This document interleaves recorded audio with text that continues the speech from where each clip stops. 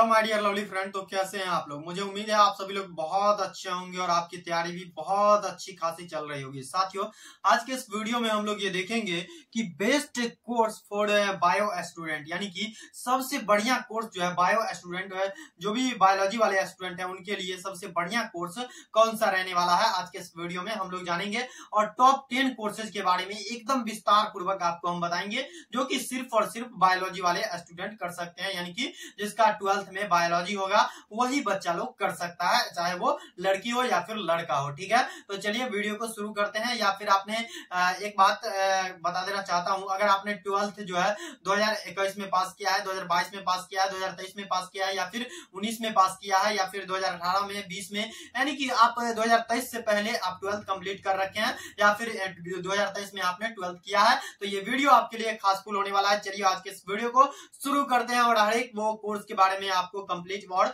बारीकी से इंफॉर्मेशन देते हैं। तो देखिए दोस्तों, सबसे पहले कोर्स जो मैंने रखा है, सबसे बेस्ट कोर्स जो होता है वो बॉयज के लिए या फिर गर्ल्स के लिए, यानी कि बायोलॉजी वाले स्टूडेंट के लिए, वो होता है एमबीबीएस। एमबीबीएस कोर्स होता है सबसे बढ़िया। लेकिन जो लोग इसको एफोर्ड नहीं कर पाते हैं, क्या बहुत से लोग जो है यहाँ पे एफोर्ड नहीं कर पाते हैं, तो इस तरीके से जो है हम यहाँ पे देखेंगे कि कौन कौन से और भी कोर्सेज है। तो देखिए, सबसे बढ़िया कोर्स तो बायोलॉजी वाले स्टूडेंट के लिए, और उसका सपना भी होता है कि वो क्या करे कि एमबीबीएस कोर्स को करे। ठीक है, लेकिन हर कोई इसे एफोर्ड नहीं कर पाता है माय डियर लवली फ्रेंड। हर बच्चा जो है वो कोटा में जाके नहीं पढ़ सकता है, क्योंकि उसके पास आर्थिक रूप से प्रॉब्लम होती है, पैसे की इनकम नहीं होती है, यानी कि मनी प्रॉब्लम होती है। तो हर एक बच्चे की हर एक अलग अलग प्रॉब्लम्स हो सकती है, जिसके वजह से वो एमबीबीएस नहीं कर पाते हैं। अगर आपका एडमिशन जो है एमबीबीएस में नहीं होता है, उसके बाद आप क्या सोचते हैं कि हम बीडीएस कोर्स कर लें। बीडीएस भी एक बेहतरीन कोर्स है, और बीएचएमएस में, अगर ये बीएचएमएस भी एक अच्छा कोर्स है और इसमें एडमिशन मिल जाए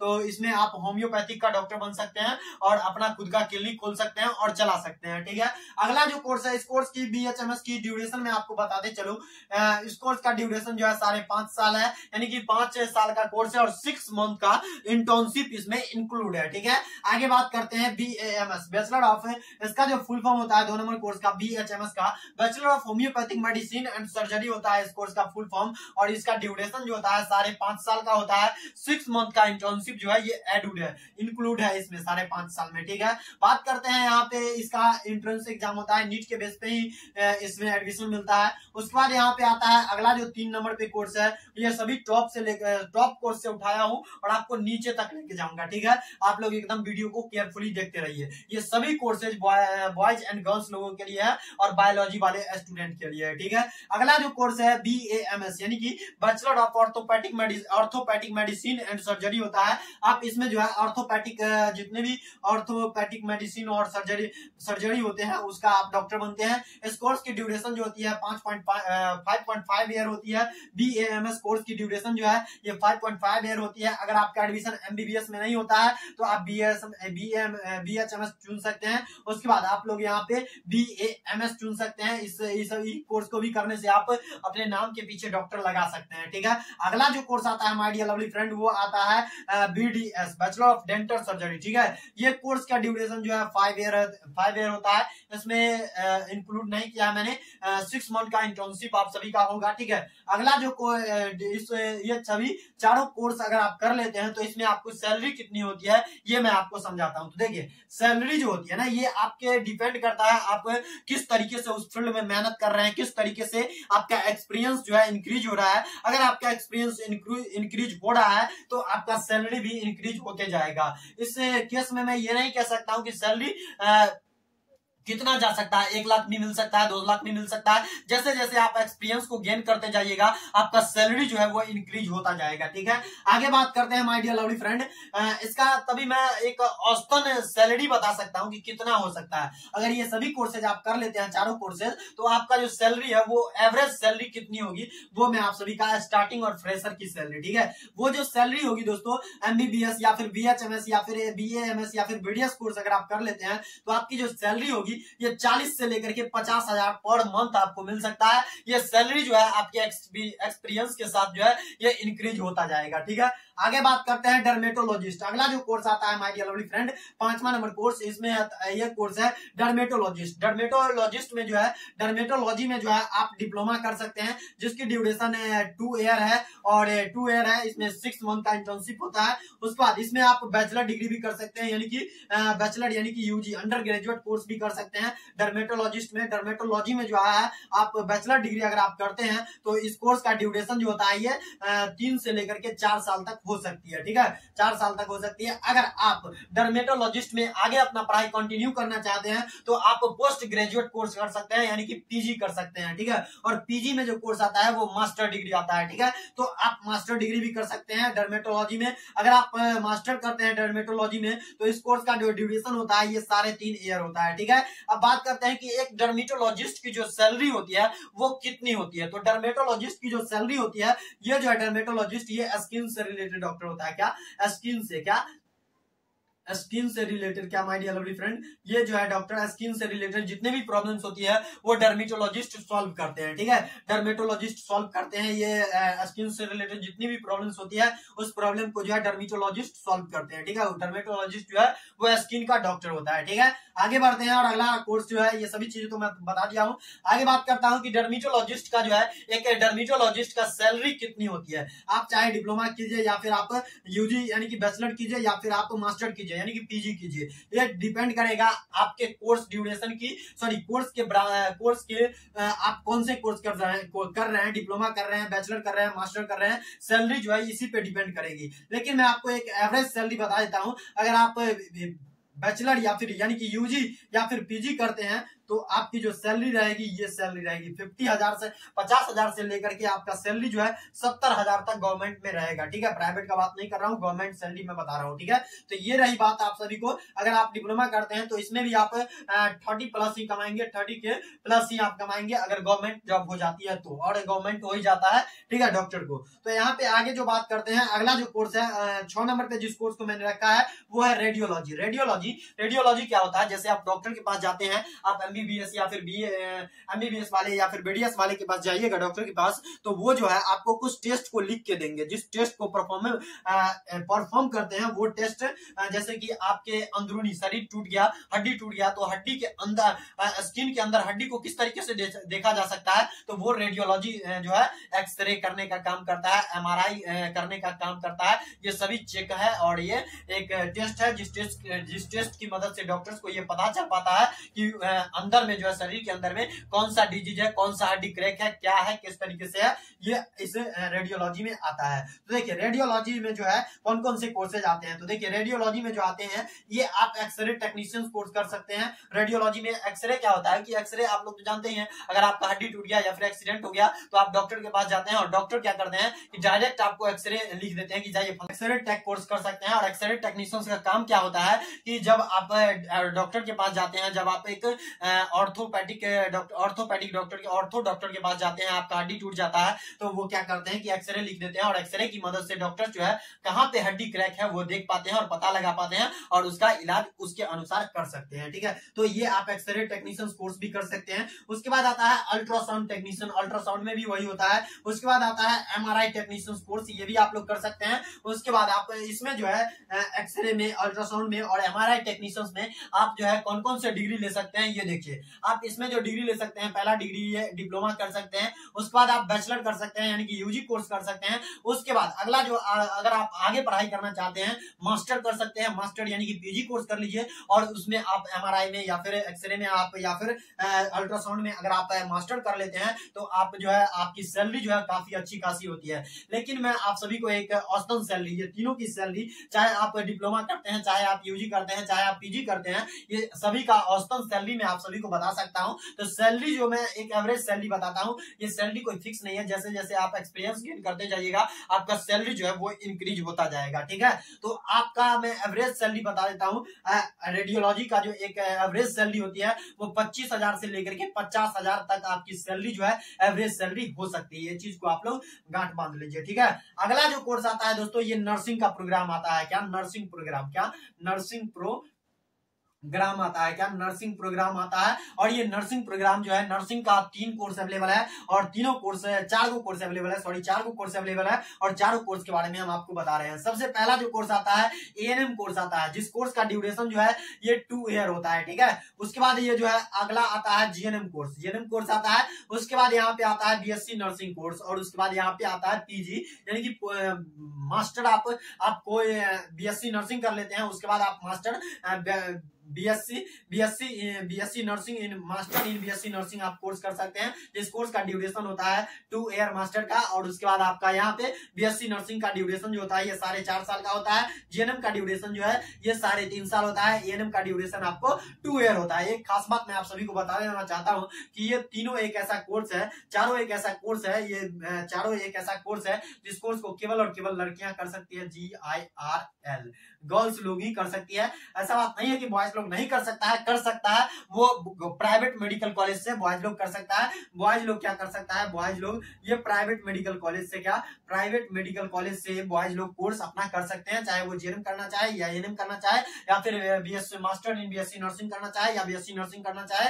तो ये लड़का लोग जो है अपना प्राइवेट से करेंगे। केवल यहाँ पे गवर्नमेंट में जो है नर्सिंग का प्रोग्राम केवल और केवल लड़की लोग ही कर सकती है। ये बात आप लोग क्लियर कर लीजिए, ठीक है। इसका नर्सिंग में अगर आप कोई भी कोर्स कर लेते हैं तो उसकी एवरेज सैलरी कितनी होगी ये मैं आपको बता देता हूं। स्टार्टिंग यानी कि फ्रेशर की सैलरी जो होगी ये आपको 18,000 से लेकर के 30,000 तक आपकी सैलरी रहेगी। जैसे जैसे आप एक्सपीरियंस गेन करते जाएंगे वैसे वैसे आपका सैलरी जो है वो इंक्रीज होता जाएगा, ठीक है। तो ये सभी चीजें हैं। अगला जो कोर्स आता है दोस्तों, फार्मेसी कोर्स को रखा है मैंने। ये सभी मेडिकल के टॉप 10 कोर्स का नाम आप सभी को बता रहा हूं और इसका ड्यूरेशन मैं आपको बता रहा हूं, ठीक है। देखिए फार्मेसी का प्रोग्राम होता है तो फार्मेसी में आप 4 कोर्स कर सकते हैं, 4 कोर्स कर सकते हैं, ठीक है। आप अगर फार्मेसी की शुरुआत करना चाहते हैं, अगर आपने हाल ही फिलहाल में 12th पास किया है तो सबसे पहले आपको डी फार्म करना होगा, ठीक है। डी फार्म के बाद आप बी फार्म कर सकते हैं, उसके बाद आप एम फार्म कर सकते हैं। जैसे ही आपका बैचलर कंप्लीट होता है तो उसमें आप मास्टर कर सकते हैं। तो ये सभी कोर्स को मैं सीरियल वाइज सजा के रखा हूं जिससे आपको समझने में परेशानी ना होगी, ठीक है। तो डी फार्म कोर्स की ड्यूरेशन जो है माय डियर लवली फ्रेंड ये 2 ईयर होती है और इसको जो है 12th के बाद आप कर सकते हैं। बी फार्म आप करना चाहते हैं यानी कि यूजी यानी कि बैचलर ऑफ फार्मेसी अगर आप करना चाहते हैं, जिसको यूजी के नाम से हम लोग जानते हैं, अगर आप ये कोर्स करना चाहते हैं तो आपको जो है बैचलर कंप्लीट होना चाहिए, सॉरी इंटर पे इस कोर्स को कर सकते हैं। इस कोर्स की ड्यूरेशन की बात करूं तो यहाँ पे 3 ईयर का कोर्स ड्यूरेशन होता है। उसके बाद यहाँ पे एम फार्म की बात करूं, एम फार्म अगर आप करना चाहते हैं, डायरेक्ट एम फार्म करना चाहते हैं तो उसके लिए आपका कोई ना कोई बैचलर डिग्री कंप्लीट होना चाहिए, तभी आप एम फार्म में एडमिशन ले सकते हैं। इस कोर्स का ड्यूरेशन होता है, मास्टर ऑफ फार्मेसी का ड्यूरेशन जो होता है ये 2 ईयर होता है। उसके बाद हम बात करें फार्मेसी, एक फार्मेसी जो भी अगर फार्मेसी में से कोई भी प्रोग्राम अगर कोई बच्चे कर लेते हैं तो उसका स्टार्टिंग सैलरी कितनी रहेगी ये मैं आप सभी को बता देता हूं। तो एक एवरेज सैलरी में बता रहा हूं, ये 30K से लेकर के 50K तक रह सकता है, यानी कि 30,000 से लेकर के 50,000 तक रह सकता है। आप खुद का अगर मेडिकल शॉप खोल लेते हैं या फिर आप खुद का इंडस्ट्री खोल लेते हैं, मेडिसिन इंडस्ट्री खोलते हैं तो आपको लाखों में कमाइएगा, करोड़ों में कमाइएगा। अगर आप इंडस्ट्री खोलते हैं या फिर आप अपना बिजनेस खोलते हैं मेडिसिन का या फिर मेडिसिन शॉप खोलते हैं या फिर मेडिसिन का कोई भी बिजनेस खोलते हैं तो आप करोड़ों में खेल सकते हैं। ये आप पे डिपेंड करता है कि आप किस तरीके से उस फील्ड में मेहनत करते हैं और आप कितना उस फील्ड में इंटरेस्टेड है, ठीक है। आगे बात करते हैं कि अगला जो कोर्स आता है दोस्तों, ये देखिए साइकोलॉजिस्ट कोर्स, ब्रेन को पढ़ने वाला। साइकोलॉजिस्ट कौन होता है? ब्रेन को पढ़ने वाला, पागलों का डॉक्टर होता है साइकोलॉजिस्ट, ठीक है।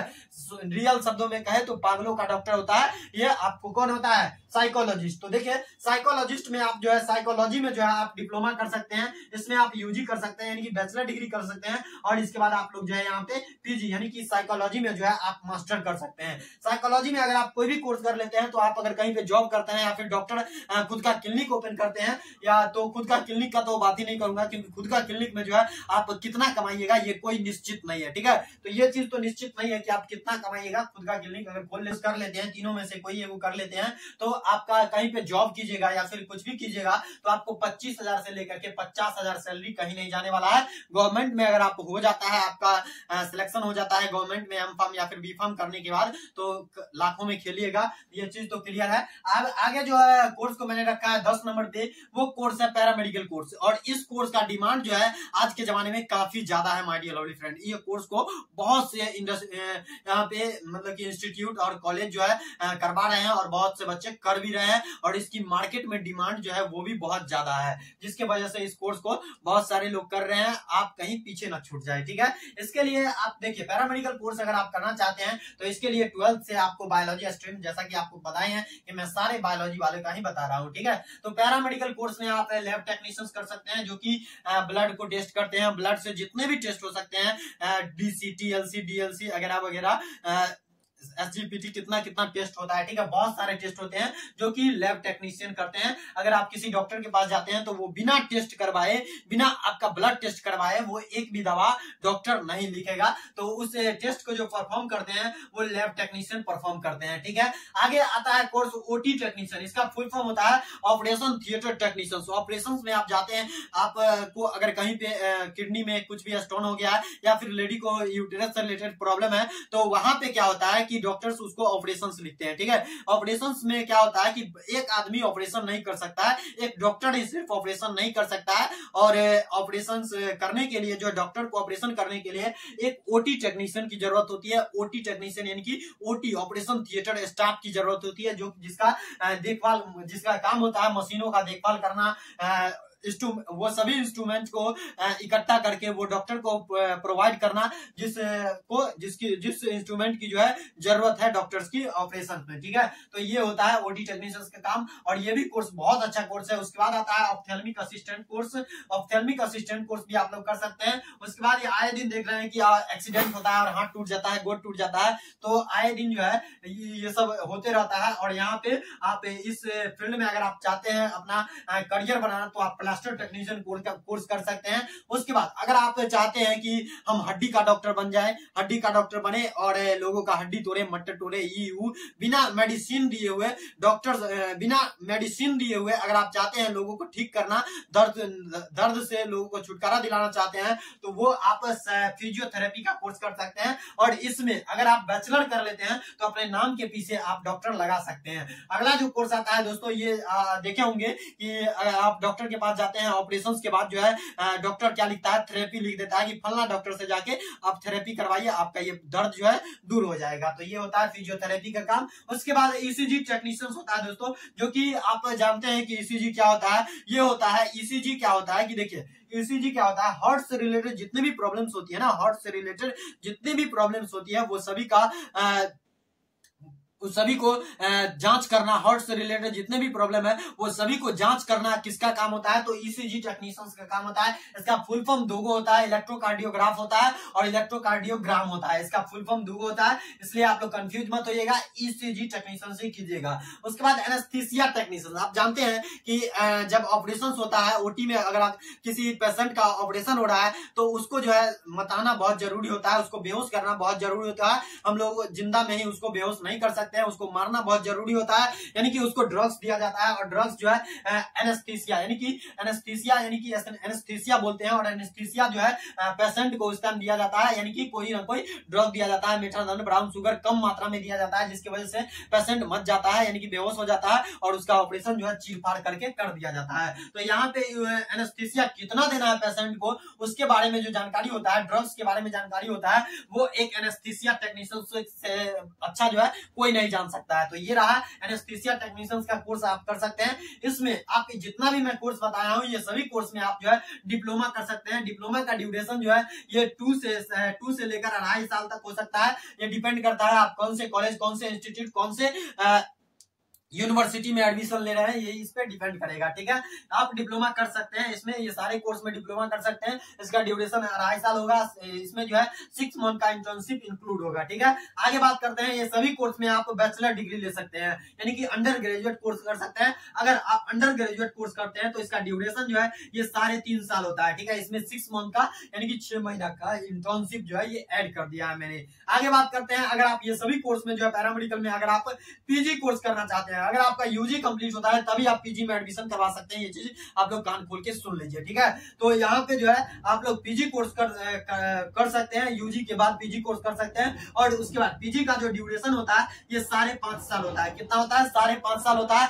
मुझे उम्मीद है कि ये टॉप 10 कोर्स को जानकारी जो है आपको बहुत अच्छे तरीके से मिली होगी। अगर आपको ये जानकारी पसंद आई होगी तो इस वीडियो को एक प्यारा सा लाइक जरूर कीजिएगा, और चैनल पे नए होंगे तो चैनल को सब्सक्राइब अवश्य कीजिएगा, क्योंकि यहाँ पे आपको जो है पैरामेडिकल से रिलेटेड हर एक वो जानकारी दी जाती है जो कि आप लोगों को जरूरत है। और पैरामेडिकल का हम लोग तैयारी भी करवाते हैं। हम लोग जो है गवर्नमेंट मेडिकल कॉलेज में बच्चे को जाने का एंट्रेंस एग्जाम क्वालिफाइड करवाते हैं। तो आप लोग हमारे चैनल से तैयारी भी कर सकते हैं। डेली शाम को 7:30 बजे जो है आपको लाइव क्लासेस दी जाती है, फ्री ऑफ कॉस्ट दी जाती है, कोई चार्जेस नहीं लगती है। पेड क्लास का जो है मुहैया अलग से होता है और वो अलग चलता है, ठीक है। तो उस पेड क्लास का कोई जरूरत नहीं है, आप लोग को फ्री पढ़ाई करना है और फ्री एजुकेशन आपको इतने दूंगा कि आपको जो है डीएमसीएच, पीएमसीएच, एसकेएमसीएच में पहुंचा के रहूंगा। मेरा यही मकसद है।